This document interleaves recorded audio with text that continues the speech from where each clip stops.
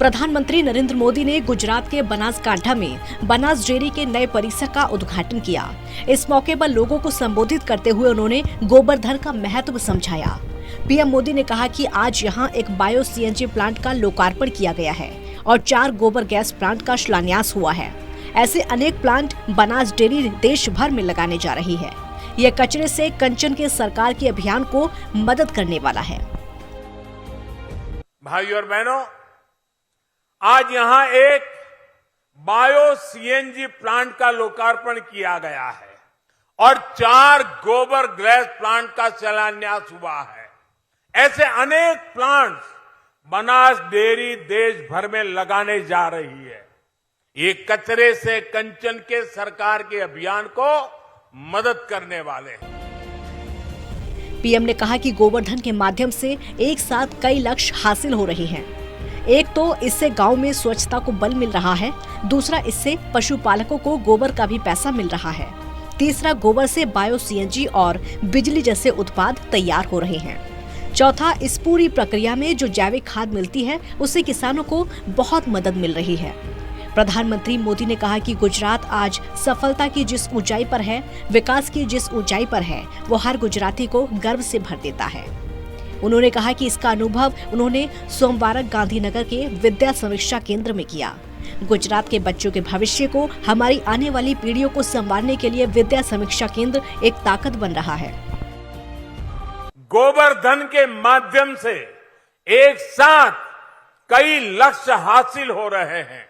एक तो इससे गांवों में स्वच्छता को बल मिल रहा है, दूसरा इससे पशुपालकों को गोबर का भी पैसा मिल रहा है, तीसरा गोबर से बायो सीएनजी और बिजली जैसे उत्पाद तैयार हो रहे हैं, और चौथा इस पूरी प्रक्रिया में जो जैविक खाद मिलता है उससे किसानों को बहुत मदद मिलेगी और हमारी धरती मां को बचाने में भी हम एक कदम आगे बढ़ेंगे।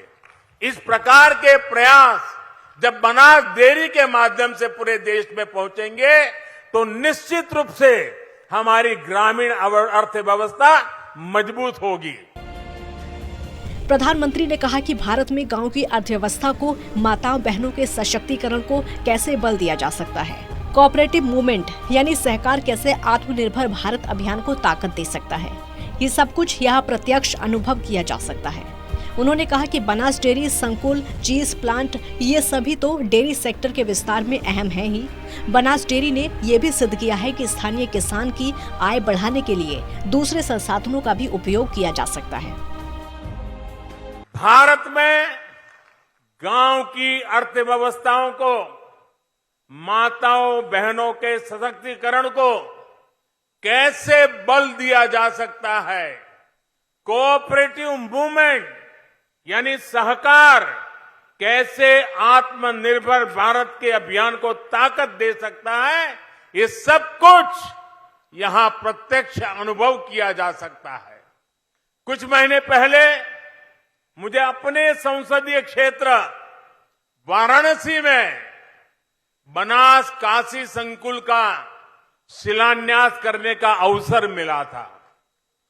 मैं बनास डेयरी का हृदय से आभार व्यक्त करता हूं। बनास डेयरी ने ये भी सिद्ध किया है कि स्थानीय किसानों की आय बढ़ाने के लिए दूसरे संसाधनों का भी उपयोग किया जा सकता है। प्रधानमंत्री नरेंद्र मोदी ने आज गुजरात में बनास डेयरी के नए प्लांट का उद्घाटन किया। इसके बाद प्रधानमंत्री नरेंद्र मोदी ने जामनगर में WHO global centre for traditional medicine का शिलान्यास किया। इस कार्यक्रम में विश्व के स्वास्थ्य संगठन के महानिदेशक टेड्रोस घेब्रेयेसस ने हिस्सा लिया। Special desk, total news.